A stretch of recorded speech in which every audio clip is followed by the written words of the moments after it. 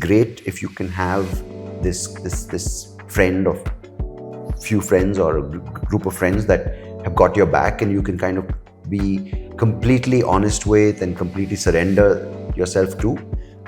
Because especially now, as we go into like uncharted territory with so many new changes and constantly and rapidly changing ways of meeting people, with virtual friendships, with not really even knowing sometimes whether the person's real or not. I think you But need to virtual have... also giving us the scope to meet all kinds of people, right? Correct, and the boundary between virtual and real is really slipping. It So is. to know who's got your back, and also who's pretending that they got your back, waiting for you to slip up and then take you down, is increasing.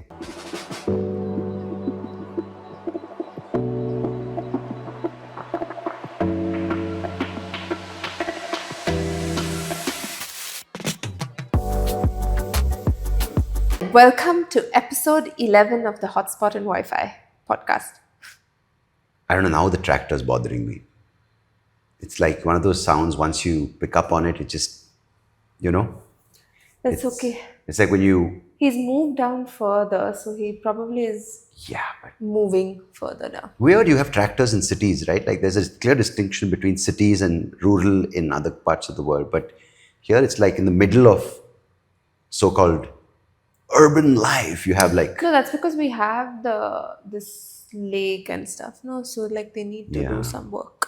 Yeah, I don't know. I think there are some kind of, vehicles which are very... The moment you're in a third world country, like I'm saying, even if you're doing road... They have tractors everywhere, you know that. But no, they don't have tractors in the US. Of do they? course they do. No, but on farms, maybe. Yeah, but But it's I'm- not so segregated here. Not just that. I mean, I feel there are some things you're okay. Like when you go to like a Vietnam, or you go to like Sri Lanka, you go to India. Like tuk-tuks. Tuk-tuks are one, but tuk-tuks also have a little charm to themselves. But like lorries, They have lorries everywhere. they call them lorries, but they're much more advanced. Like the jingly lorry, the jingly trucks. You are the ones, the bunch of the colorful, and they have all those bells on them and all that. That's Cute they are. Yeah, so I'm not saying it's third world in a bad way. Maybe I am. But they're very specific to like certain countries. It's nice. Just like certain kinds of people. Lovely. Yeah. But do you think certain kinds of mindset, it's interesting that we brought it up through lorries, the transition was so seamless, the segue. Do you think there's certain kind of mindsets which are specific to certain kinds of societies which have gone through various different speeds of progress? Like, you always tell me, because I remember when in Edinburgh, when you were helping me promote the show, every time you would come across an American comedian, a Canadian or American, they were much more about the marketing and aggressive, but without coming across as aggressive. Like they have it so well built into their system that It's natural. you give up information without even knowing that you're giving out information which will help them. So it's quite seamless. But there's this idea of kind of almost being apologetic for getting what you want, which is what I feel I do. Yeah. Like it's almost like, oh, no, it's fine. I owe you this. What happened? Is that a scarcity mindset? I don't think it's that. I think it's this. I don't know. Do you think it's a sense of... You need a sense of validation? Yeah. No? Yeah, definitely. I mean, it's also some level of confidence that they have, right? Because they come from that society it's so much. It's like the upbringing that they have. Abundance, you're told right? that, Yeah. you're told that you're You're the best in the world. also, but at the same time, you're also there, you're fending for yourself, right? And from I such think a young age. that's a society which is very driven by the individual.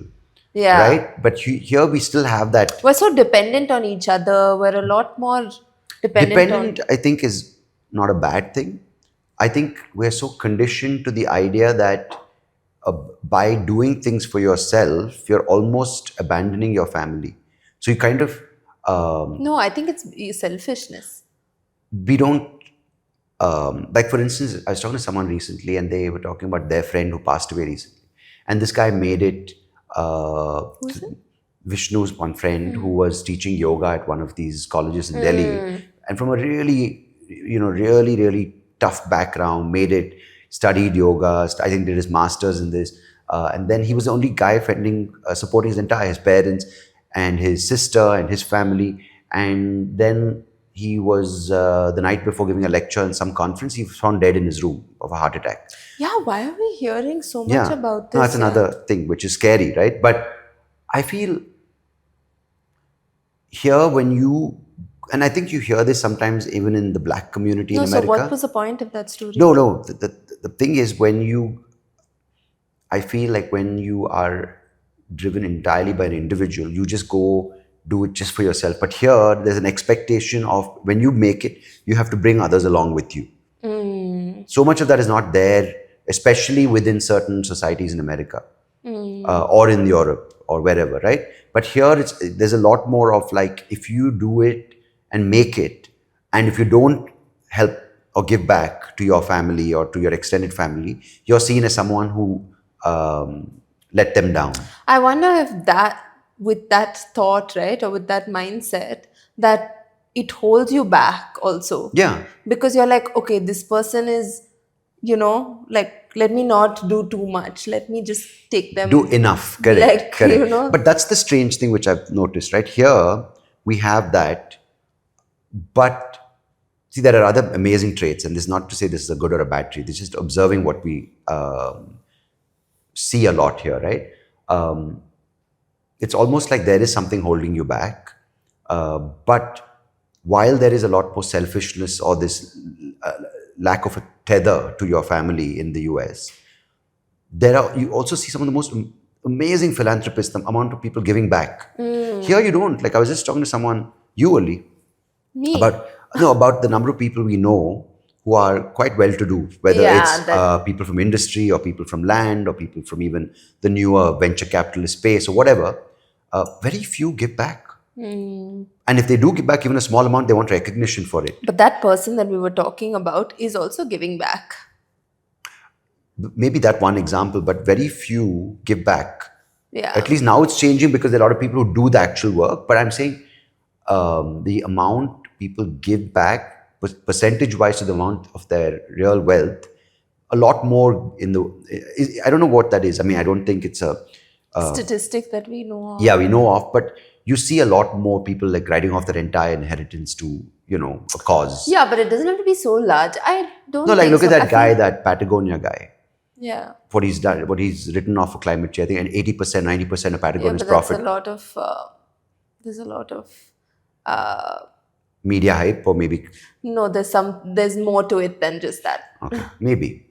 But yeah, we like I'm saying, you don't hear of too many multi-billionaires from India. But that's also mainly because it comes back to that first point I started off the conversation with, is what is that mindset? Because there is a fundamental mindset that is identifiable when people come from a certain country or a certain region, or maybe even a country or a society that is in a certain phase of its growth. Yeah, I think for us, like in India, I feel our mindset is a lot of conserve, but also it is help each other, like you're near and dear, like you'll do a lot more, like you'll go above and beyond to help your close circle and your family. I feel like that's also there. Like, like how when people visit your house, you'll like feed them, and that's I think a lot part of it is non-monetary. culture. Yeah. So it's non-financial. That's maybe because we didn't have such a strong foundation with money. Exactly. So like we have other ways of doing things. Like we have other ways of giving back. And I think that's where somewhere we are torn between the two spaces, right? One is nowadays people are being told, the sky's the limit, do what you want, right? Yet there is that kind of remnants of you have to embrace these values, right, of family and the non-monetary and the non-ambitious parts. And I think that's where somewhere I feel like there is this part of us, or this part of our, if you want to call it, culture, which I think some of it is great, right? Because you will look out for someone like, our generation less than my parents' generation, because there was a lot more of, we might just do it for our brothers and sisters, but there it was also for their cousins or for their second cousins. So I think some of that is going. I think a lot more people now are just like, you know what, I'm going to focus on just my wife and my child or children, Yeah, or my we are husband, becoming more nuclear. nuclear. But I don't know if that's a good or bad thing, because where do you see this impacting, like, where we are in the next few years? I feel like we are. I mean, I think we did touch upon this a little bit in one of the episodes, but I feel like we are becoming more independent and doing our own thing. And I feel like it's just part of that evolution and it's okay. But what I'm wondering is what happens to the next generation. Like, we still have some amount of that previous part, which is like still help and support, and we have a larger family and all of that. But like the next generation, what are they going to do? But actually, there's not going to be that many from the next There are generation fewer kids. I anyway. was Yeah, just fewer. thinking that, right? Because like, If people are having one or two kids compared to four, no, just five, when I look at my dad, and he had 5 sisters, they've reduced now to 3. they've reduced. I mean, they passed on, dude. Like Sure. they popped. But I remember growing up every Sunday, and I think we've spoken about this. Every Sunday we would have, because when my grandmom was alive, we would have everyone over, and it would be these lengthy sit down sessions, right? Eating would continue into coffee, and just like 3-4 hours would pass in the afternoon, and that continued for a long time, even after my grandmom passed away. But now, as their herd has been thinned, uh, like when I think of my cousins who are their kids, like the next generation, we don't do that as much. Yeah. Because a lot more of them are not here. I mean, they're with us, but they're not in the country. Yeah. Yeah, that's a large part of Large it. part of that generation is traveling and they're living abroad, like from my sister to my cousins. I think, in fact, out of maybe how many I think maybe 2 or 3 are in India now, or in Bangalore more specifically. And then if you look past that, the immediate sisters and brothers to my dad's cousins, who he would hang out with, hardly see their kids. You know what? I think it's more like our generation has moved towards more friends as opposed to family. Because like the previous generation had such a strong and large family that you didn't really need to make other friends and like go out for social gatherings and meetings and all of that. Like that itself was And the sufficient. opportunity was also limited, I feel, because your willingness as parents to let your kids. I mean, I think my dad had a lot of friends, and my mom also said when she grew up, she had a lot of friends. But like my dad still talks, and I'm sure your dad also remember those places they would talk about old Bangalore, Impy's, Imperial. Yeah, but like I don't think it was such a thing to go out like every Friday night. No, they didn't have the money also. Yeah, yeah. Money was this thing, opportunity was less. But now, It's so easy to go it's so, out. and in some way, even though it is more expensive, you have more options Yeah. across the board. Yeah. And I think it's less, I think it's more accepted. Yeah, you have friends, you go. And I don't know if it's necessarily a good thing or a bad thing, but what tends to happen, I feel, is entirely relying only on friends is a little scary in this space of social media, right?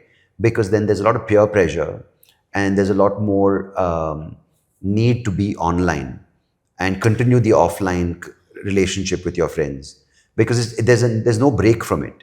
Like you meet them in school or college, or you meet them wherever in your Yeah, years, so that's what people are wanting to meet and make those connections offline a lot more now. Like I've started seeing that but it already. doesn't end there. I'm saying it's earlier, whether it's your cousins or whatever, you play and then you'd go home, but now you meet for coffee, so before you meet for coffee, you're already like connected, and You know what they did yesterday, kind of a what thing. they're presently doing while they're on the way to meet you for coffee, while they finish coffee and on their way back home or whatever. It's constant, and we've seen this with my niece and all of them. They're constantly like so up to date with what's going on that when they meet, it's almost like you had stuff to catch up. And I was like, what do you catch up on? So it's Bah, it's almost too like you much. meet, and Yeah. I've seen this actually happen where they meet and their respective phones while they're meeting, Yeah. and they've planned this meeting for so long, and I'm like, What's the point? I don't know what's the point, but what's going on? Like, what are you talking about? So you're actually showing each other your respective Snapchats, something, Yeah. So I'm saying, But that's a different form of entertainment, maybe. I don't know. Looking at each other people, like who they are following or something like that. but that's something they share even before they meet. Yeah, correct. That's the weird thing. So what is this friendship looking like today? Like, for Yeah. me, it's a lot more talking to my friends over the phone who are not in Bangalore. Or we hardly text, but when we do talk, we just catch up on things. We don't Snapchat, or like even this friend of mine in Bangalore, Adi, we share some reels which tickle us, right? We like giggle and what, but we meet or we talk on the phone once a week, but I'm just thinking, if I'm trying to apply what these guys do, like constantly Snapchatting, constantly texting, constantly like on the way to meeting, like say Adi, I'm texting him saying, "Oh, dude, like," and then when we meet, we're like, "Yeah," Yeah. it's a strange thing. What do you think? What does friendship mean to you now? It still means a few things. I think one is trust. I think one is a sense of someone you can be open with without judgment. I think someone who's got your back. I think someone who kind of you resonate with, not necessarily share the same point of view on everything, but someone you can spend time with in silence without feeling nervous.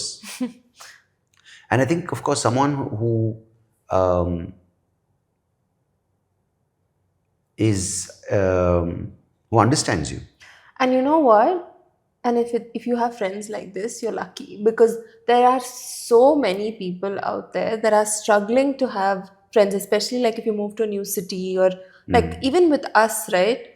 A lot of, at least with my friends, I have only one here right now. But like and because I have that one, I'm not making the effort to make any other friends. But like if you're alone and if you don't have friends and you have to go and meet friends, it's so difficult. And I think here's the thing I It's firstly wanted to talk difficult to about. find friends, like people you I think the resonate with. problem is, how do you meet friends now, right? See, because a lot of the people we consider close friends are someone we We've had years together years. with, And right? here's the strange part: there's some friends who I was very close to in school who I don't That's speak to fine. anymore. Maybe we've gone down our own Different paths, right? paths. But then again, like another friend who was a friend in school, but we got really close after we both came back from university. That's Adi, right? Like we started going out, we started Yeah. hanging out. But there's no such thing that, I mean, if you've had someone who's grown up with you since you were 3 or 4 and you're still the thickest of friends, that's amazing. Again, you could have met someone like 3 years back and you really hit it off. That's also, so there's no definition of time over here. I'm just saying these are the things that I appreciate in a friend. I think it's the best time to have access to people, new people. Earlier you would either a friend of a friend or they would make an introduction, which also is, one more degree of trust which you meet a person with. But now you can meet anyone. So in some way, it's the easiest to meet new people when you come from a different city or go to a different city or relocate. But cementing that into a stronger friendship, I feel, is harder Yeah. because of two things. One is you have your guard up. And the second thing is also now people judge you very easily based on your opinions or the things you say or the things you don't say or the Yeah. things you're seen doing or the things you're seen not doing. Yeah, like if you say one thing incorrect or They can something, cancel they'll you, cancel not just you. online, they cancel you offline. Like you Yeah. literally are shunned. And you go to these It's groups, hard. and a lot of these groups are based on I won't say similar ideas. Like earlier you would gravitate towards a friend over time or group of friends based on similar interests or similar things that you would find to do, right? Like whether it's Yeah. what it could be, going for a run or going for I mean, not even run, but something could be over multiple interests. But now you have a running group, then you have a book club But group. that's what it's fine, I feel, to Nothing have. wrong. Yeah. But I'm saying that it comes with certain, and that's one thing I've always told you about groups, right? You give a little of yourself to join that group.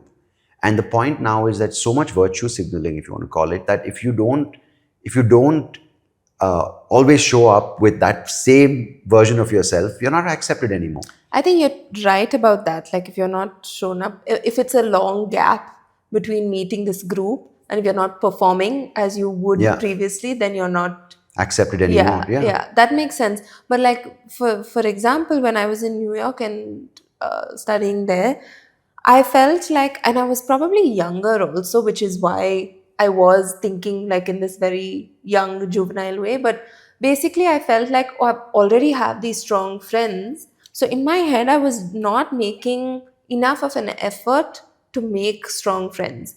But what that experience, so I didn't have like the same kind of friends that I had previously. So I feel like if I were to do that, I would have realized that you can have different groups of friends Yeah. for different reasons and at different levels of intensity. Like there's this old group of friends that I have, like I can just rely on them for anything and Let's be honest, be, they're more like family now. yeah, so Yeah. like I won't be judged. I won't be, nothing will happen with me in that, But like you also can most then have comfortable. other friends who you meet, like now with Yeah, Shasa's so school, or yeah, it through can your be for college different, friends. Yeah, exactly. So yeah. you can have different groups I of think there are two friends. things I want to add to that, right? One is you mentioned this idea of you had these strong friends, so you didn't feel the need, right? Yeah. I feel that's one way of looking at it. But there are also some groups of friends you've been with for many years who can hold you back, in the sense they don't want you to meet other people. I'm not saying your group is like that, but I think there are some people who, oh, they're like, oh, they kind of are so keyed into your life that they're like, oh, who are you dating? Let's approve him as a group or approve her as a group. And I think that is holding back, right? But the other great thing about having a friend or a couple of good friends is that then it gives you the confidence to go out into the world and meet new people, knowing that, you know what, man, I've got a couple of my bros or my girls or whoever who got my back. Yeah. So you can turn to them and say, dude, this, I'm not just saying finding a partner or anyone, but just new friends, because you have the confidence knowing that I've got someone got my back. Yeah. Isn't that amazing? Yeah.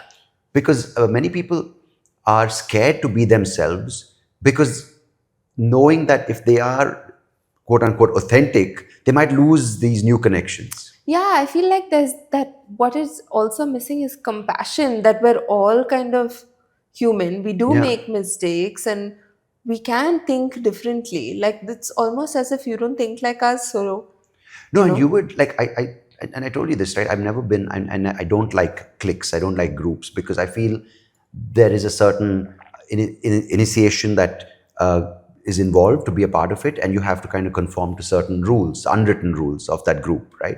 And if you have a unconditional, which I don't know if exists, but if a set of friends who are as unconditional as possible, then you're the luckiest person. But I don't think I that's the don't think that reality. exists. That doesn't exist. I But feel like, let me just see, finish this point. But when it comes to um, certain friends or groups being claustrophobic, I find that a little annoying, because they don't let you grow. They want you to be that version that suits them. You know what I mean? yeah. But I feel like specifically with you, it's, I feel like it's important to make an effort. Like you have to make an effort even if you are sometimes not in the best mood, or whatever it is. Sometimes you have to do things for other people. Like it's some amount of give and take. It's like any relationship. Like you have to put in that effort, not saying boring, like this. Like with any relationship, Yeah. like I think you sometimes it's okay to put yourself second and put those people first, Yeah. not like not all the time, but there are sometimes, and that's what it means to be part of a group. Absolutely agree. But here's what I was referring to And there's with nothing wrong with that, is what nothing I'm wrong saying. with it at all. But this is what sometimes I kind of struggle with, is that I've changed, for better or worse, right? I'm not that guy who I was in school or college or even 5 years back, and for various reasons, right? Certain decisions were conscious. I didn't want to be viewed only in one role, or that one identity of comedian or the funny guy or the drunk guy, whatever. So I made some changes, and I feel sometimes while I make this effort of going back, and of course putting myself second, because to meet these people who are part of my life for many years, sometimes the roles go back, and I unconsciously slip back into that role, and that's what irritates me, because I'm like, dude, why am I doing this? Because is this how they want me to be? And while I'm no longer that person, the next day I'm like, oh, dude, it's kind of cringe. Yeah. So that's why it irritates me sometimes, because I'm not maybe strong enough to say, you know what, I've distanced myself from that identity far enough, so I don't have to slip back unconsciously. Yeah. So maybe it's on me. And maybe over time you'll be fine. More confident with your changed self, so you can be like, hey, Yeah, listen, and you this is find who I yourself am exactly. now. It's like going back. Sometimes we talk about school reunions, right? Yeah. And you would have done all these things between the 10th standard when you met them last and that 15 years later. But next thing you know, you go back to that same 10th standard person and you're like, yeah. So I don't know what it is. I'm saying I can only speak for myself. And sometimes I'm just like, I don't maybe have the strength to kind of just say, you know what, this is what I am. I'm just going to. But again, coming back to the group, I think it's great if you can have this friend of few friends or a group of friends that have got your back, and you can kind of be completely honest with and completely surrender yourself to, because especially now as we go into like uncharted territory with so many new changes and constantly and rapidly changing ways of meeting people, with virtual friendships, with not really even knowing sometimes whether the person's real or not. I think you But need to virtual have. also giving us the scope to meet all kinds of people, right? Correct. And the boundary between virtual and real is really slipping. It's So just, to know who's got your back and also who's pretending that they got your back, waiting for you to slip up and then take you down, is increasing. So, yeah, but I feel like these actual conversations with people in person with full attention and actually looking at people and listening to people has so much more of an impact on your emotional is, yeah, stability, on the way you feel on a daily, like it's so much more larger than what we say, like, oh, yeah. friendship, like, oh yeah, I have a friend online, oh, I have a friend. No, but there's so much more to it. Like, Yeah. how do you not see value in that, like You when know, you're that's the sitting thing at, when you have thousands of friends on Facebook or how many ever, right? Followers, wherever. not Facebook, who has I Facebook anymore? mean, whatever, Facebook, Instagram, social media, Twitter, whatever, right? The point is, I still enjoy, like, after 2021, where I've done significantly fewer shows, almost zero. Earlier I would meet people, I would talk to people constantly on the phone, on the road, on this, in these Yeah. shows. Now I don't do that. But I enjoy the conversations I have with the people I choose to so much more. Whether it's on the Yeah. golf course with strangers or the friends I play with, or whether it's at one or two friends I'm still close to, I enjoy it a lot more. Yeah. So, isn't that more enriching for life? Yeah, I feel so. It is. What are your thoughts? It's like turn from the panel to the screen. But no, I really think it's important for me. I think that's why we brought it up unconsciously. This wasn't even the topic for today's episode, but it just so happens that we kind of arrive at these things.